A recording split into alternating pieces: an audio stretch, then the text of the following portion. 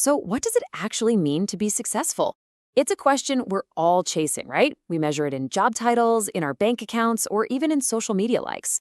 But what if the truest definition, the most powerful one, was written over 100 years ago?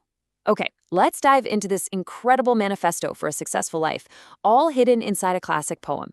It starts so simply with two of the most basic, most fundamental human things, joy and connection. We're not starting with ambition or striving, we're starting with laughter. That really sets the tone for everything that's about to follow. And notice the beautiful balance here. It's about earning the esteem of people who really think for themselves, but at the same time, earning that pure, unfiltered love you only get from kids. It's a kind of success that's measured entirely in real, genuine relationships.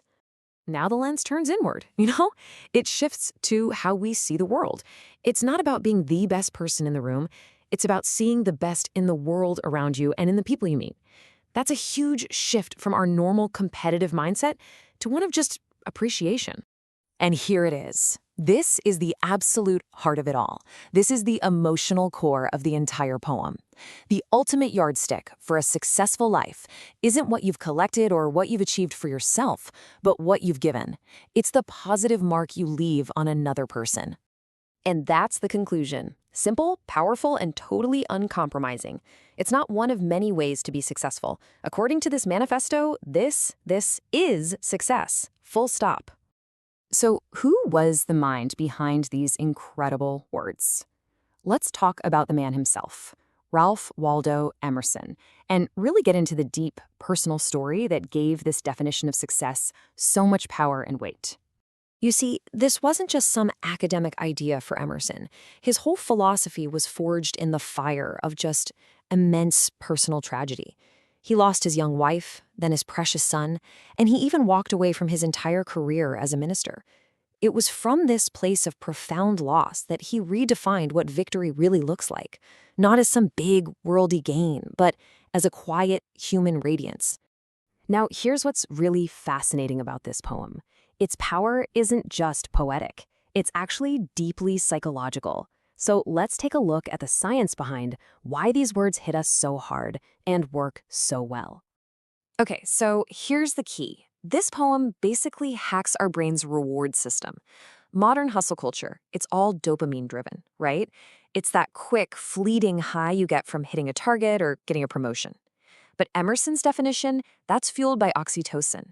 It lights up the brain's pathways for belonging, for trust, for connection, and that provides a much deeper, more lasting kind of satisfaction. It literally shifts us from the chaos of the grind to a state of grace. And psychologically, this lines up perfectly with what Carl Jung called the self. Jung believed that true psychological health, true wholeness, comes from bringing together all the different parts of ourselves. And that's exactly what this poem is. It's like a roadmap guiding us toward a success defined by being whole and connected, not by a bunch of separate external wins.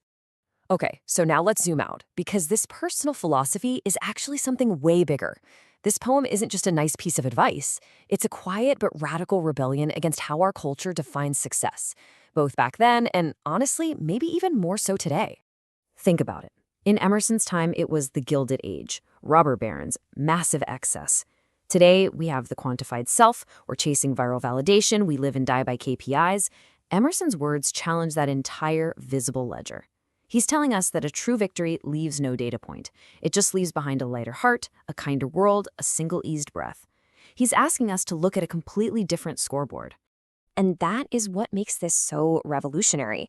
This is not some gentle, feel-good platitude you'd see on a coffee mug. No way. It is a quiet insurrection.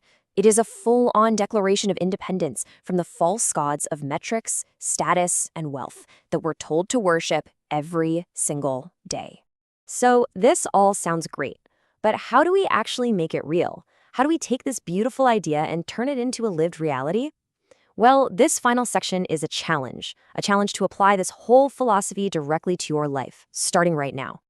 Here it is, the 24-hour experiment. Just for one day, live by Emerson's logic. That means prioritizing a real conversation over just clearing your inbox. It means actually noticing something beautiful on your commute. It means actively looking for the good in someone you might find difficult. And at the end of the day, forget the metrics. Measure the day not by how many tasks you crossed off, but by the breath you eased for someone else. And this is the ultimate question. After just one day of living this way, what would your personal, invisible ledger say about your success? What did you add to the world? Not in terms of your output, but in terms of your kindness, your legacy, your connection. The answer might just change how you measure every single day that comes after.